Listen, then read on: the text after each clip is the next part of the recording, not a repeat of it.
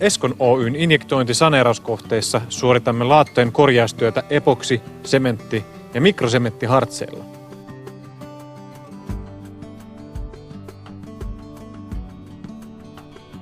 Taloilla on erilaisia tarinoita ja tarpeita. Tässä talossa oli tulipalo ylimmissä kerroksissa muutamia vuosia sitten.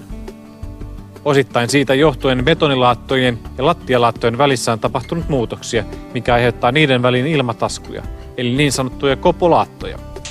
Korjaamattomana tämä vika aiheuttaa laattojen irtoilemista ja halkeilemista. Suurten, kalliiden ja meluisten remonttien sijaan Eskon Oy tarjoaa helpon keinon saada välttämätön korjaus edullisesti ja siististi.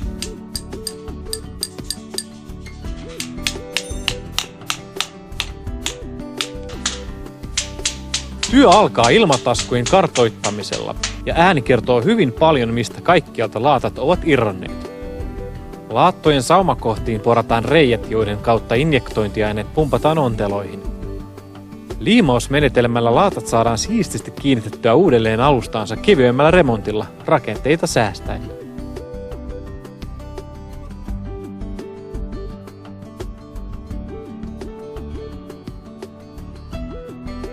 Tulppien kautta pumpataan laatan ja kiinnityslaastin väliin rakenne-epoksia, joka liimaa laatan ja kiinnityslaastin toisensa kiinni.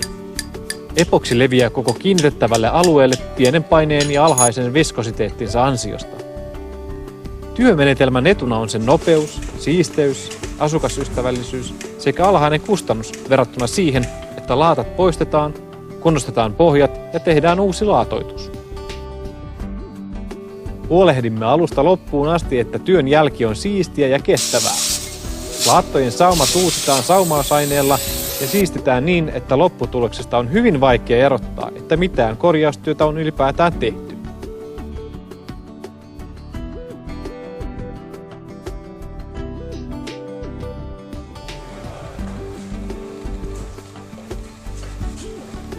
Korjaustyön jälkeen voi tuloksen todeta jo äänestä.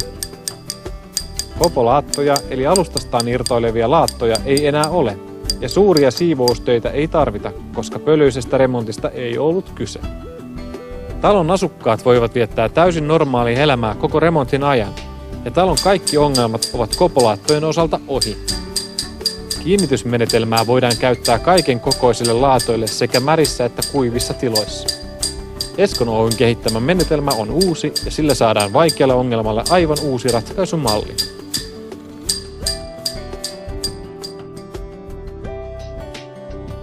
Kopolaattojen lisäksi Eskon Oy tarjoaa injektointimenetelmää myös monien muiden kohteiden korjaamiseen. Injektoinnilla voidaan korjata myös betonivalussa olevia halkeamia epoksihartsilla, liimaamalla ja korjaamalla myös irronneet pintavalut. Polyuretaanihartsilla voidaan tiivistää betonissa olevat vesivuorot sekä läpivientien tiivistykset. Suoritamme myös Vandexin tuotteella tiiliseinien kapilaarikatkoinjektointia. Niin ikään pienimuotoiset sementti-injektoinnit kuuluvat myöskin tuotevalikoimaamme. Suoritamme työ- ja liikuntasaumojen injektointia, injektointiletkujen asennusta sekä uudisrakennuksissa suoritamme myös työsaumojen ja läpivientien tiivistyksiä injektointiletkuilla tai turpoavilla työsaumanauhoilla kautta kitillä. Katso lisää www-sivuiltamme. Soita ja pyydä tarjous.